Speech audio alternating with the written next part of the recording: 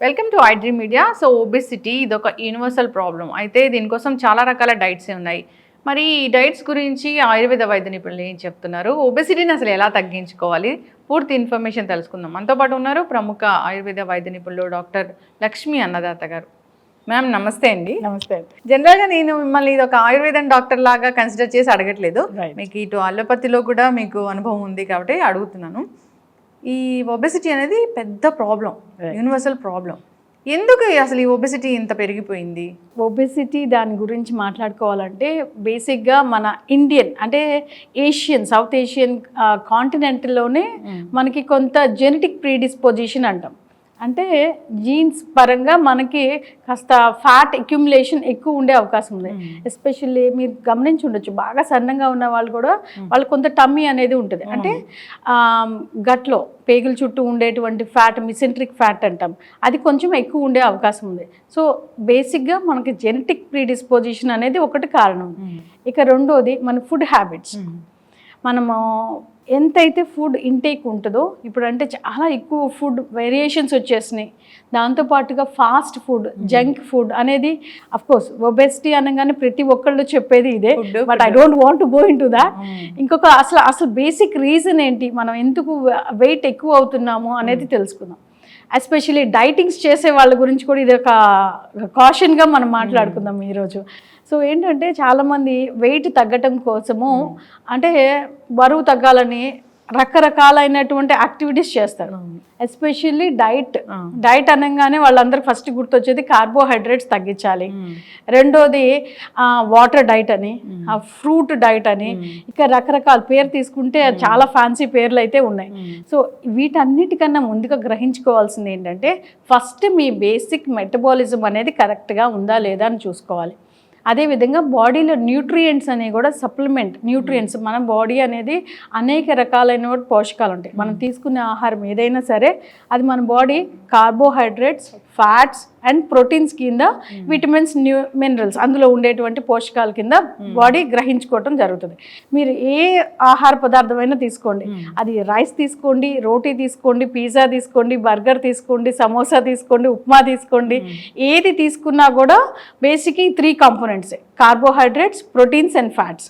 So ఇవి తీసుకున్న తర్వాత మనం ఎంత బాడీ మాస్ ఇండెక్స్ అంటే మన ఏజ్కి తగ్గట్టు, మన వయసుకి తగ్గట్టు, అదేవిధంగా మనం ఎంత యాక్టివిటీ చేస్తున్నాం, ఎంత ఖర్చు పెడుతున్నాం, మనం తీసుకున్న బాడీ ఫుడ్లో నుంచి ఎంత క్యాలరీస్ ఖర్చు పెడుతున్నాం అనేది కూడా ఇక్కడ గ్రహించుకోవాలి. సో వీటిల్లో ఏంటంటే బేసిక్గా మనం యాక్టివిటీస్ చేసేటప్పుడు మనం సే ఫర్ ఎగ్జాంపుల్ మనం ఫుడ్ తీసుకున్నామండి, ఈ ఫుడ్ తీసుకున్నంత కూడా బాడీలో బ్రేక్ డౌన్ అయింది, స్టమక్లో బ్రేక్ డౌన్ అయింది. అది స్టమక్ కావచ్చు, ఇంటెస్టైన్స్ కావచ్చు, లార్జ్ ఇంటెస్టైన్స్ కావచ్చు, అక్కడ బ్రేక్ డౌన్ అయింది. అక్కడి నుంచి మాలిక్యూల్స్, గ్లూకోజ్ మాలిక్యూల్స్ అనేవి రక్తంలో వెళ్ళి అన్ని ఆర్గాన్స్లో స్టోర్ అవుతాయి. ఎస్పెషల్లీ అవి మన మజిల్స్ ఏంటంటే ఎక్కువ డిస్పర్సల్ ఫర్ గ్లూకోజ్ మాలిక్యూల్స్. అంటే మన కండరాలు ఇవన్నీ యాక్టివిటీస్ జరగటం వల్ల, మూమెంట్స్ జరగటం వల్ల అక్కడ మూమెంట్స్లో ఈ గ్లూకోజ్ మాలిక్యూల్స్ అనేవి బ్రేక్ డౌన్ అవటము, అంటే అదొక పెద్ద మెకానిజం. రఫ్గా బ్రాడ్గా చెప్పుకుంటే ఆ గ్లూకోజ్ మాలిక్యూల్స్ ఇన్సులిన్ ద్వారా మన బాడీలోకి వెళ్ళటము, అంటే సెల్స్లోకి వెళ్ళటం, అక్కడ మైటోకాండ్రియాతో క్రెబ్స్ సైకిల్ బ్రేక్ డౌన్ అవటం వల్ల మనకి ఆక్సిజన్ రిలీజ్ అవటము, ఎనర్జీ రిలీజ్ అవటము, ఇవన్నీ జరుగుతాయి. సో అక్కడి నుంచి మనకి ఎనర్జీ అనేది వస్తుంది, మనం బలంగా ఉండటానికి ఒక రీజన్ అది. సో ఎప్పుడైతే మనం ఫుడ్ తీసుకుంటూ కామ్గా కూర్చొని సెడెంటరీ లైఫ్ స్టైల్లో మెయింటైన్ చేస్తూ ఉంటామో, ఈ తీసుకున్న ఆహార పదార్థాలన్నీ కూడా డైజెషన్ అవి ఈ గ్లూకోజ్ మాలిక్యూల్స్ అన్నీ కూడా మన మజిల్స్లో స్టాగ్నేట్ అయిపోతాయి. సో డిస్పర్సల్ అనేది జరగదు, అంటే ఖర్చు పెట్టడం అనేది జరగదు. అలాంటి సందర్భాల్లో ఈ ఉండిపోయిన గ్లూకోజ్ మాలిక్యూల్స్ అన్నీ కూడా ఫ్యాట్స్ కింద కన్వర్ట్ అయిపోయేదానికి అవకాశం ఎక్కువ ఉంటుంది, బ్రాడ్ స్పెక్ట్రంలో మాట్లాడి. సో అలా ఉండటం వల్ల వెయిట్ గెయిన్ అనేది జరుగుతుంది. ఇప్పుడు మీరు డైట్ చేస్తున్నారు అంటే కార్బ్స్ తగ్గిస్తున్నారు, దట్ ఈస్ వెరీ ఫైన్. అయితే ఇక్కడ కార్బ్స్ అనేవి సింపుల్ కార్బ్స్, అవి మన బ్రెయిన్ యాక్టివ్గా ఉండటానికి చాలా అవసరం. ఎప్పుడైతే మీరు కార్బ్స్ తగ్గిస్తారో, ప్రోటీన్స్ అని చెప్పి ఎక్కువ పప్పు ధాన్యాలు తీసుకుంటాం. పప్పు ధాన్యాల గురించి ఇప్పుడు మళ్ళీ మీకు చెప్తా. సో పప్పు ధాన్యాలు తీసుకోవడం, ప్రోటీన్స్ ఎక్కువ కాబట్టి వెజిటేరియన్స్ అయితే, ఇంకా ఆయిల్స్ కూడా తగ్గించుకొని తీసుకుంటున్నాము, మేము చాలా రిస్ట్రిక్టెడ్ డైట్ ఉంటున్నాము, అయినా కూడా మేము వెయిట్ లాస్ అయితే అవుతున్నాం కానీ ఇంచ్ లాస్ అవ్వట్లేదు అని చెప్తారు. సో దీనికి ప్రధానమైన కారణం ఏంటంటే ఇందాక మనం చెప్పుకున్నాం, మజిల్స్లో ఈ గ్లూకోజ్ మాలిక్యూల్స్ అన్ని వెళ్ళి కూర్చుంటాయని. ఈ ప్రతి గ్లూకోజ్ మాలిక్యూల్స్కి కూడా ఒక 3 వాటర్ మాలిక్యూల్స్ బైండ్ అయి ఉంటాయి. ఎప్పుడైతే మీరు ఫిజికల్ యాక్టివిటీ చేయకుండా కేవలం రిస్ట్రిక్టెడ్ డైట్ అంటే కార్బ్స్ తగ్గించుకొని మీరు ఫుడ్ మెయింటైన్ చేస్తూ ఉంటారో అప్పుడు మీకు ఇన్సులిన్ అనేది ఈ గ్లూకోజ్ అనేది తక్కువగా ఉంటుంది కాబట్టి, మీరు ఇంటేక్ ఇచ్చే తక్కువ ఉంది కాబట్టి, సెడెంటరీ లైఫ్ స్టైల్ ఎక్కువ ఎక్సర్సైజ్ చేయకపోయినా కూడా ఈ గ్లూకోజ్ లెవెల్స్ తగ్గిపోవటం వల్ల దాని చుట్టూ ఉండేటువంటి 3 వాటర్ మాలిక్యూల్స్ అనేవి తగ్గిపోతాయి. సో ఇనీషియల్గా in a span of 3 weeks 2 weeks 4 months మీరు ఈ రిస్ట్రిక్టెడ్ డైట్ చేయటం వల్ల మీ వాటర్ మాలిక్యూల్స్ బాడీలో తగ్గిపోయి వెయిట్ లాస్ అనేది మీ వెయింగ్ మెషిన్లో కనిపిస్తుంది. కానీ ఓవరాల్గా మీకు మజిల్ లాస్ లేదా ఫ్యాట్ లాస్ అనేది ఉండదు అక్కడ. సో యాక్చువల్గా మజిల్ లాస్ అనేది ఉండకూడదు, బట్ కొంతమందికి ఏంటంటే ఈ న్యూట్రియంట్ సప్లై అనేది లేకపోవటం కారణం చేత ఫ్యాట్ అలానే ఉంటుంది, బట్ మజిల్ లాస్ అయితే కనిపిస్తుంది. సో అక్కడ ఏంటంటే మజిల్ లాస్ వల్ల వాళ్ళు ఈ మజిల్ అనేది చాలా మనకి యాక్టివిటీస్కి అవసరమైనటువంటి మన ఎనర్జీ ప్రొడ్యూస్ చేసేటువంటి పవర్ హౌస్. సో అది హెల్దీ ప్రాసెస్ కాదు. సో ఇప్పుడు ఇలా డిప్లీటెడ్ న్యూట్రియంట్ సప్లై తీసుకోవడం లేదా పోషకాలు తక్కువగా చేసి తీసుకోవటం వల్ల లాంగ్ రన్లో మనకి అనేక రకాలైన వ్యాధులు, న్యూట్రియంట్ డెఫిషియెంట్ వ్యాధులు వచ్చేదానికి అవకాశం ఉంటుంది. సో డైట్ చేసేటప్పుడు ఏదైనా ఫస్ట్ మీ బ్లడ్ కాంపోజిషన్ చూసుకోవాలి, దాంట్లో మీకు కావాల్సినటువంటి పోషకాలు అన్నీ ఉన్నాయా లేవా, మీరు ఎలాంటి డిప్లీషన్ ఉంది ఫస్ట్ అవి కరెక్ట్ చేసుకొని తర్వాత మీరు ఫిజికల్ యాక్టివిటీ అనేది మస్ట్. దాంతోపాటుగా స్లీప్ అనేది ప్రాపర్ 8 hours ఆఫ్ స్లీప్. ఇక్కడ ఒక చిన్న ఫార్ములా ఏంటంటే 8 hours sleep, 8 hours work, 8 hours play. ఈ 3 కనుక మెయింటైన్ చేస్తే రూల్ ఆఫ్ 8 అంటాం.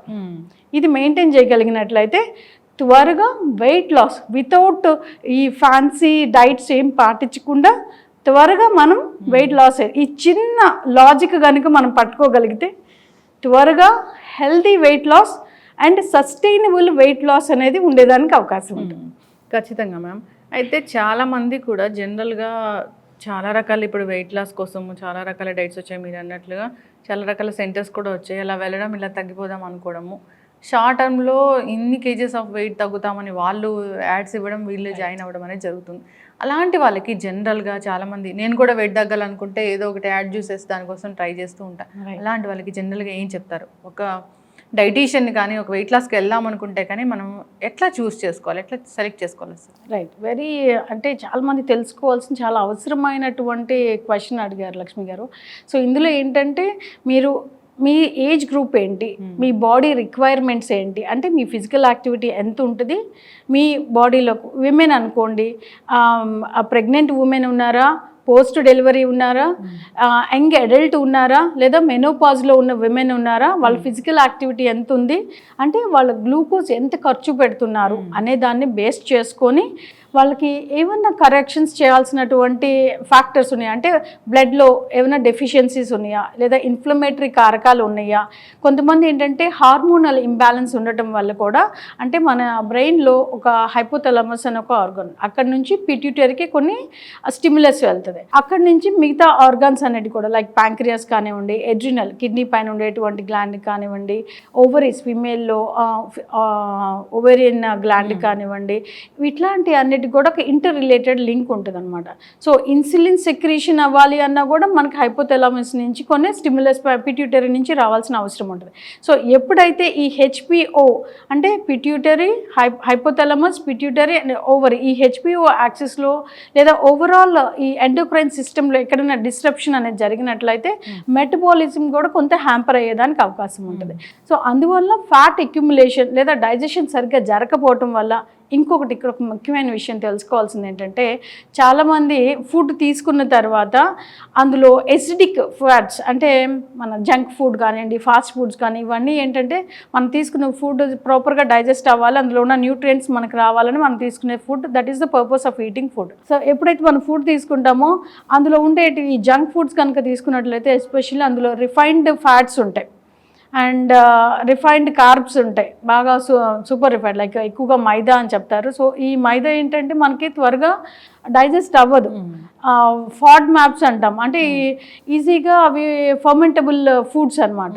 సో ఈ ఫాడ్ మ్యాప్స్ వల్ల ఏంటంటే గట్లో, ఇంటెస్టైన్స్లో మనకి వాటర్ అక్యుములేషన్ జరగటము, సరిగ్గా అవి బాడీలో నుంచి బయటికి వెళ్ళకపోవటము, టాక్సిన్స్ లాగా ఉండిపోవటము, ఇట్లాంటి అన్ని కారణాల వల్ల మన బాడీ కూడా అక్యుములేటెడ్ ఫ్యాట్ అనేది ఎక్కువ చూసేదానికి అవకాశం ఉంటుంది. సో ఈ మెటబాలిక్ డిస్ట్రప్షన్ అనేది ఫస్ట్ ఆఫ్ ఆల్ మనం కరెక్ట్ చేసుకోవాల్సిన అవసరం ఉంటుంది. సో డైలీ మనం తీసుకునే వాటర్ కానివ్వండి, స్లీప్ కానివ్వండి, తీసుకునే ఫుడ్లో ఫైబరస్ ఫుడ్స్, ఎక్కువగా కాన్స్టిపేషన్ లేకుండా చూసుకోవటము, ఇట్లాంటివన్నీ చేసినట్లయితే మన గట్ హెల్త్గా మెయింటైన్ చేసినట్లయితే ఓవరాల్గా మన మెటబాలిజం బాగుంటుంది. మనం తీసుకున్న క్యాలరీ కౌంట్ వేస్ట్ చేసుకుంటూ మనం, అంటే బ్యాలెన్స్ చేసుకుంటూ మన రిక్వైర్మెంట్ ఎంత చూసుకొని తీసుకుంటాం కాబట్టి వెయిట్ మేనేజ్ చేయడం అనేది చాలా ఈజీ అవుతుంది. ఎస్, ఖచ్చితంగా మ్యామ్. అయితే చూస్ చేసుకోవడం అనేది ఏమైనా ఉంటుందా, అంటే ఈ డైటీషియన్స్ ఇలా సెలెక్ట్ చేసుకోవాలి అట్లా ఏమైనా ఉంటుందా? ఏజ్ గ్రూప్ బట్టి, ఇప్పుడు గ్రోయింగ్ ఫేజ్లో ఉన్నారనుకోండి, వాళ్ళకి ఎక్కువగా ప్రోటీన్స్, అమైనో యాసిడ్స్ ఎక్కువగా ఉండేటువంటి ఫుడ్స్, అంటే మన bones related growth, muscle strengthening చేసేటువంటి ఫుడ్స్, లైక్ ఎక్కువ పల్సెస్ కానివ్వండి, ప్రోటీన్స్ ఎక్కువగా ఉండే ప్రోటీన్స్, ప్లాంట్ బేస్డ్ ప్రోటీన్స్ మన బాడీ అంతగా అక్యుములేట్ చేసుకోలేదు కాబట్టి యానిమల్ ప్రోటీన్స్ అంటే మీట్ కానివ్వండి, వాటిల్లో ఎక్కువగా ప్రోటీన్స్ త్వరగా మన బాడీకి సంబంధించినటువంటి అమైనో యాసిడ్స్కి దగ్గరగా ఉంటాయి కాబట్టి బాడీ అక్యుములేషన్ చేసుకోగలదు ఈజీగా. అదేవిధంగా మనం బాడీ కూడా హెల్తీగా తయారయ్యేదానికి అవకాశం ఉంటుంది.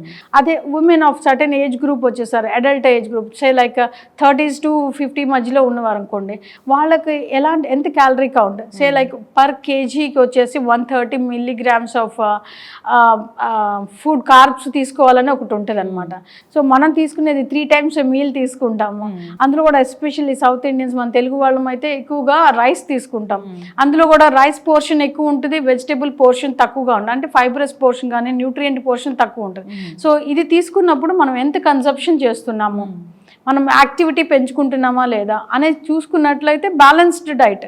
సో మీల్ అనేది మనం ఆర్గనైజ్డ్గా, మనం రైస్ మీరు అవాయిడ్ చేయాల్సిన అవసరం లేదు if you are use to chapati, roti అట్లా అయితే అది కూడా అవాయిడ్ చేయాల్సిన అవసరం లేదు. కాబట్టి ఇక్కడ అర్థం చేసుకోవాల్సిందంటే fast foods, junk foods, refined foods, refined oils. మీరు చాలామంది ఆలోచించేది ఏంటంటే మేము కుకింగ్ ఆయిల్స్లో వెయిట్ ఎక్కువ పెరుగుతాం. కుకింగ్ ఆయిల్స్ హార్డ్లీ మనం యూస్ చేసేది 2 or 3 teaspoons.